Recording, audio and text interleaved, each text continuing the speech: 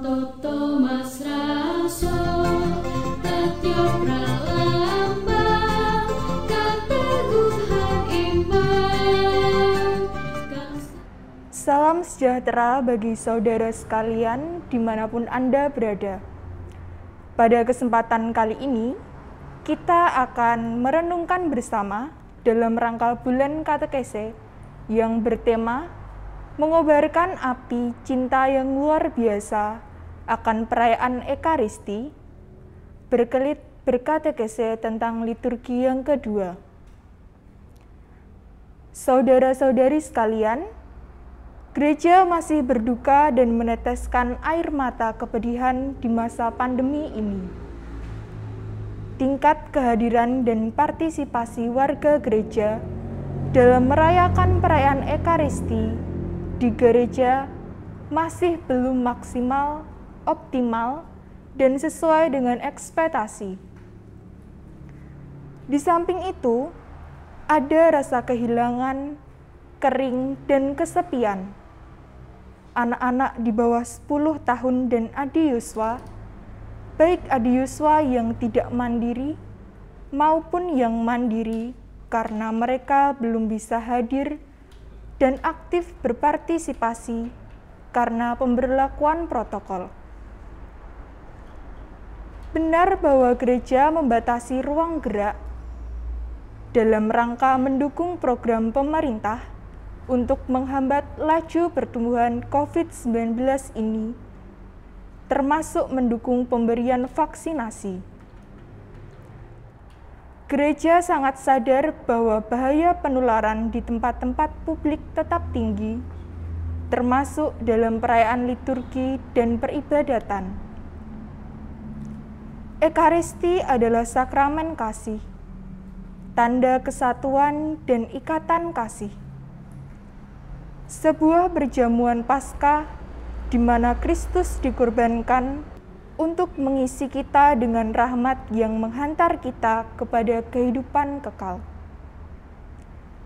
Sebagai sakramen kasih, Ekaristi menjadi sumber kekuatan bagi kita untuk mencapai kesempurnaan kasih, yaitu kekudusan.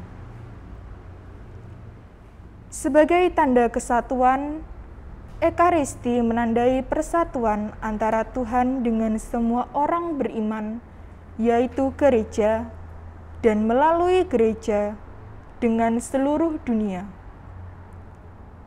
Sebagai ikatan kasih, Ekaristi mengarah pada persekutuan dengan Tuhan dan sesama.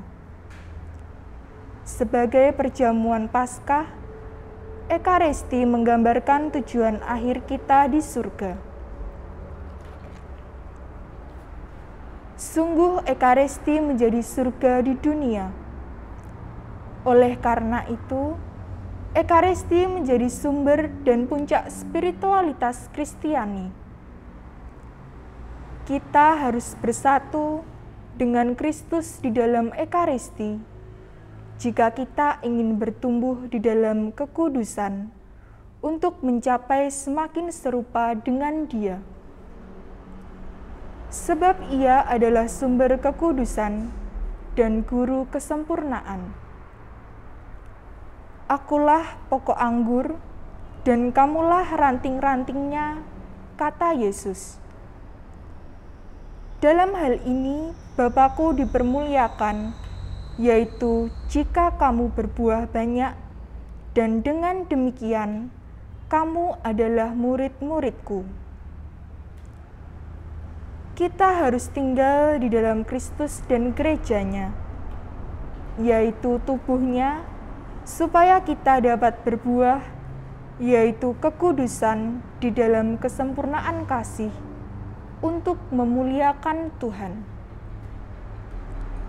Jadi, kekudusan tidak tergantung dari usaha kita semata-mata, tetapi adalah pemberian Tuhan.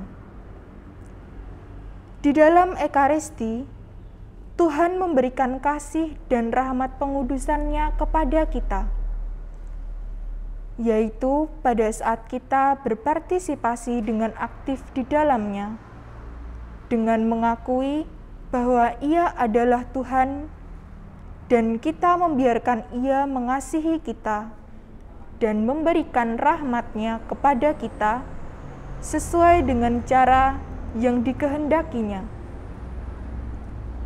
Sebaliknya, kita pun memberikan segenap diri kita kepada Tuhan. Rahmat pengudusan Tuhan akan mengubah kita menjadi orang yang paling berbahagia, karena dapat memberikan diri kita kepada Tuhan dan sesama. Kita yang lemah dan berbuat dosa dapat diubah Tuhan menjadi kudus dan dimampukan olehnya untuk melakukan perbuatan-perbuatan kasih yang di luar batas pemikiran manusia. Dan disinilah kemuliaan Tuhan dinyatakan. Adaptasi kebiasaan baru telah dicanangkan oleh pemerintah.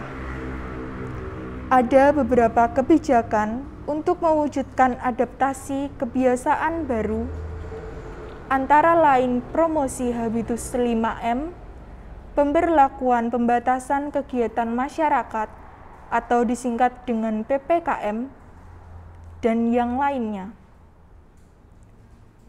Salah satu anugerah terindah dalam masa pandemi yang masih berlangsung ini adalah kegiatan ibadat atau perayaan liturgi sudah dijalankan kembali dengan tetap, harus ketat dan disiplin memberlakukan protokol kesehatan yang ditetapkan oleh pemerintah dan protokol liturgi peribadatan yang ditetapkan oleh keuskupan atau ordinaris wilayah.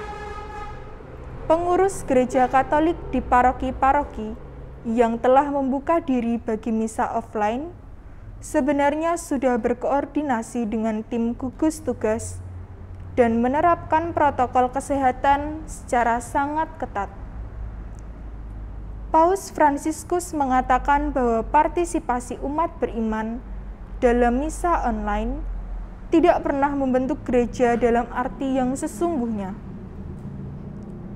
Sri Paus berkata, misa, doa-doa, dan iman yang didasarkan pada model online memang dapat meneguhkan umat beriman melalui komuni rohani. Tetapi hal ini bukanlah gereja. Relasi seseorang dengan Yesus adalah relasi yang mesra, personal, tetapi relasi ini mesti terjadi dalam sebuah komunitas. Kedekatan dengan Kristus tanpa komunitas, tanpa ekaristi, tanpa umat Allah yang berkumpul bersama, dan tanpa sakramen adalah berbahaya. Semakin sedikitnya umat Katolik yang pergi ke gereja untuk misa offline pada masa pandemi ini tentu memprihatinkan. Maka, untuk mengimbangi kegiatan pada masa normal baru dengan kebiasaan baru ini, kita perlu mempertimbangkan kembali kebiasaan kita, yakni mengubah kebiasaan yang sudah nyaman dan enak dengan misa online menjadi ikut misa seperti sebelum pada saat pandemi. Ada beberapa hal yang harus diperhatikan, yakni yang pertama, adiuswa dan kerinduan untuk merayakan ekaristi di gereja, baik harian maupun mingguan. Salah satu keutamaan hidup rohani atau keunggulan iman dari para adiuswa ini adalah menyambut tubuh Kristus atau komuni kudus dari perayaan ekaristi yang diikutinya.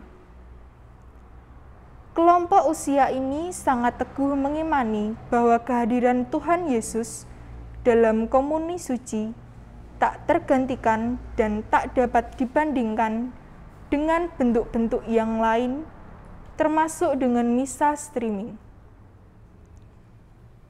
Maka dapat dipahami dengan mudah ketika pemberlakuan protokol mereka menjadi marah atau hati terluka karena untuk sementara waktu tidak diperkenankan untuk menghadiri perayaan Ekaristi di gereja.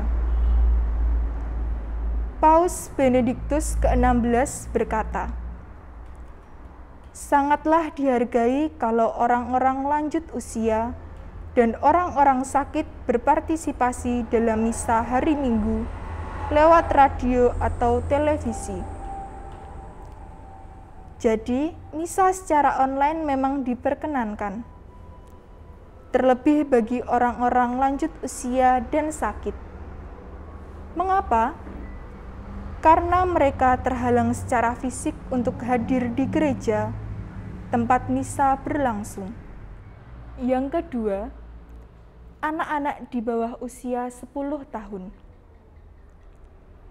Pembatasan misa kudus secara offline di gereja hanya bagi yang berusia 10-70 tahun.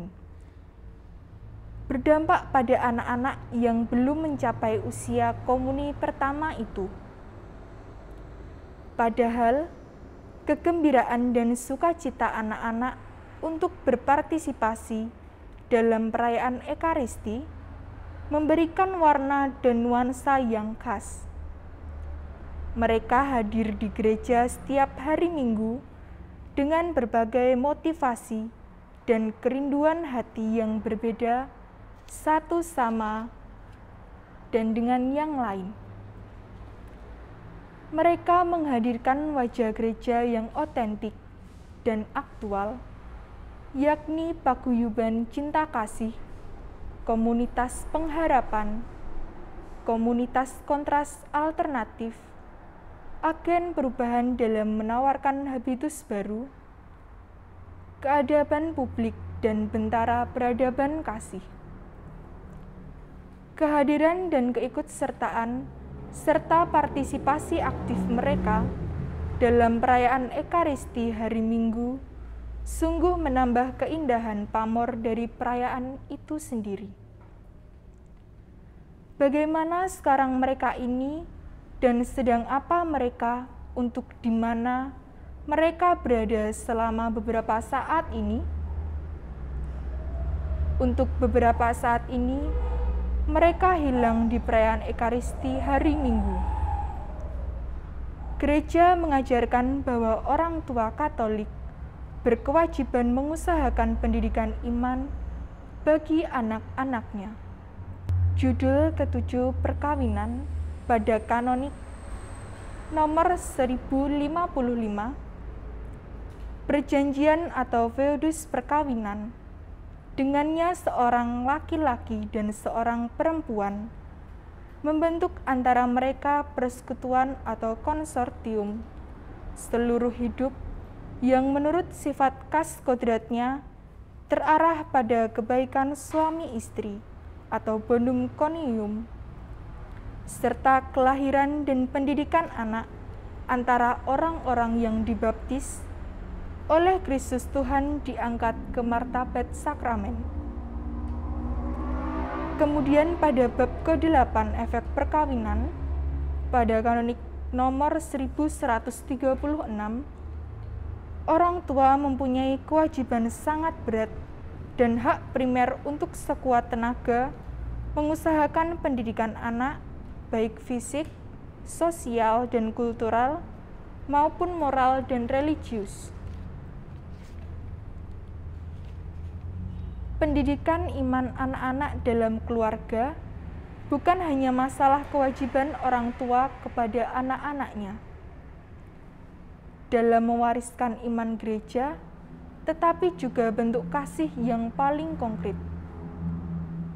Kalau orang tua mencintai anak-anaknya, tentulah mereka ingin agar anak-anaknya bisa mengalami dan memiliki keindahan yang mereka yakini dan hidupi, yaitu iman Kristiani.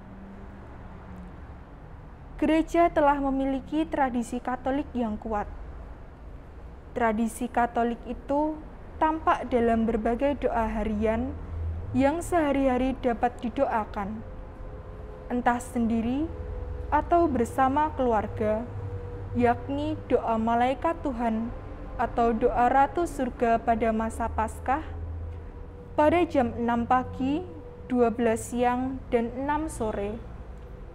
Lalu doa pagi dan doa malam, doa sebelum dan sesudah makan, doa-doa devosi yang dapat dipilih seperti rosario, koronka, adorasi yang bisa dilakukan live streaming juga, dan doa Bapa Kami dan Salam Maria.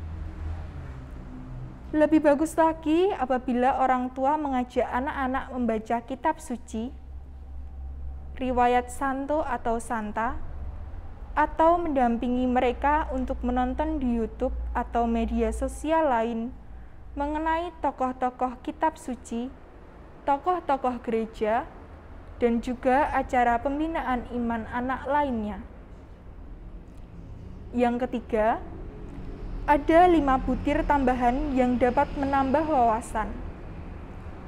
Pertama, harus dinyatakan bahwa misa yang sesungguhnya adalah misa dalam kebersamaan tatap muka. Maka misa live streaming dilakukan oleh gereja karena keadaan normal tidak mungkin dilakukan, sehingga terpaksa dilakukan dengan cara live streaming.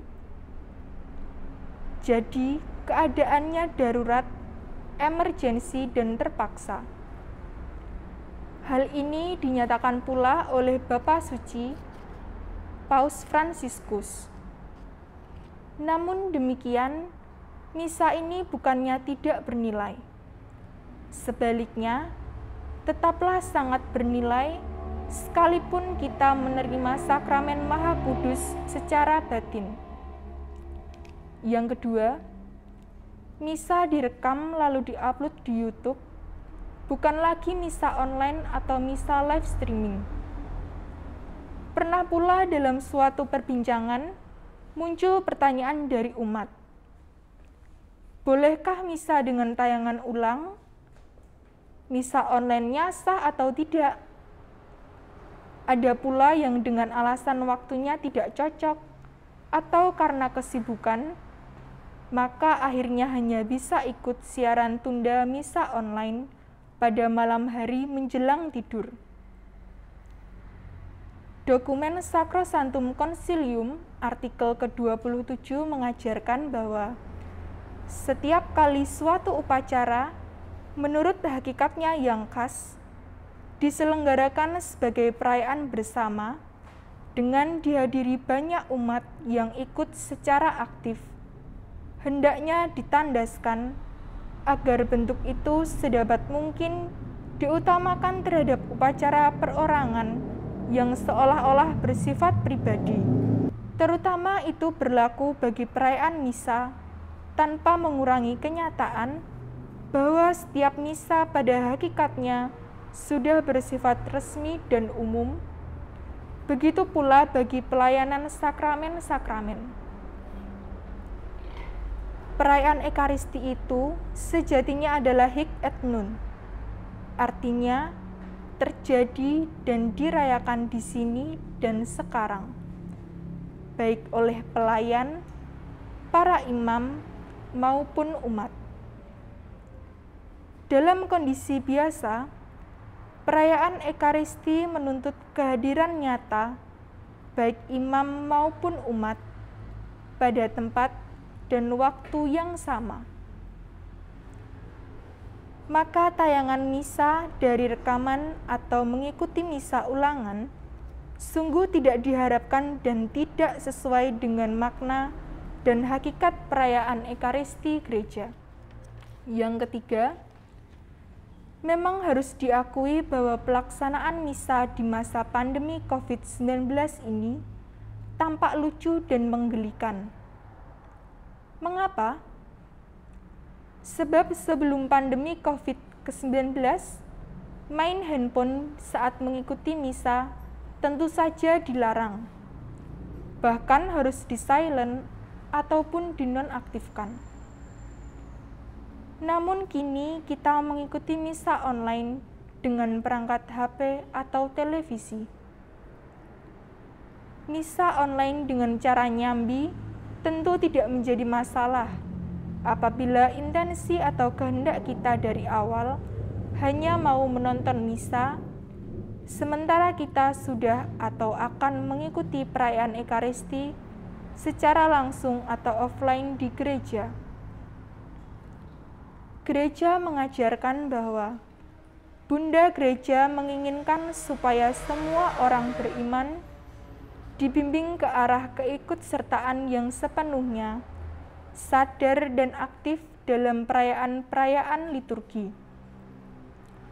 Artinya, kalau mau ikut misa ya harus berpartisipasi secara penuh, sadar dan aktif, tidak disambi alias sibuk dengan perkara lain. Baik secara offline maupun terpaksanya online, kita fokus ikut penuh dari awal sampai akhir, ikut tata geraknya, ikut menjawab saat umat menjawab, berpakaian pantas seperti layaknya ikut misa di gereja, dan seterusnya. Yang keempat, kolekte dan persembahan di masa pandemi COVID-19 ini.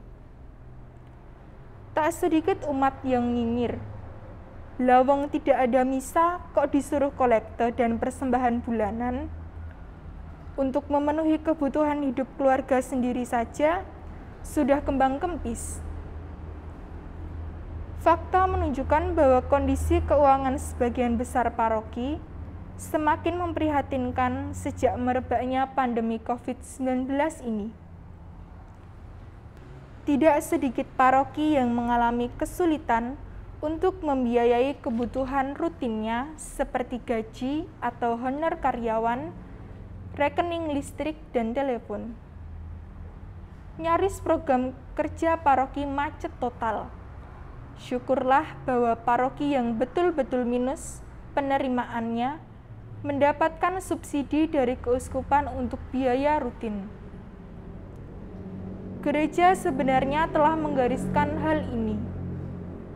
Kaum beriman Kristiani terikat kewajiban untuk memenuhi kebutuhan gereja agar tersedia baginya yang perlu untuk ibadat ilahi, karya kerasulan dan amal kasih, serta substansi atau penghidupan yang wajar para pelayan.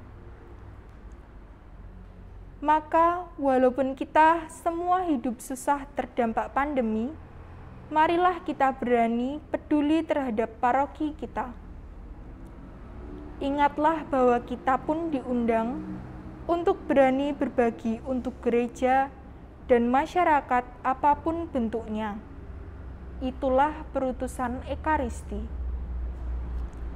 Yang kelima, misa wujud tetap bisa. Keuskupan Agung Semarang melalui Satgas Penanganan Dampak COVID-19 telah menetapkan bagaimana kebutuhan umat yang hendak menyampaikan wujud doa tetap bisa terlayani.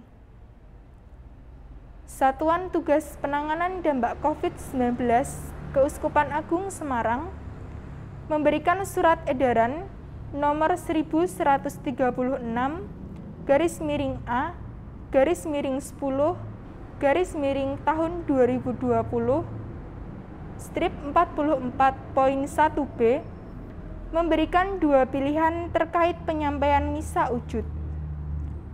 Pertama, untuk gereja yang sudah melaksanakan misa secara luring atau luar jaringan yaitu offline, perayaan Ekaristi wujud bisa dilakukan dengan tetap menerapkan protokol kesehatan yang tetap.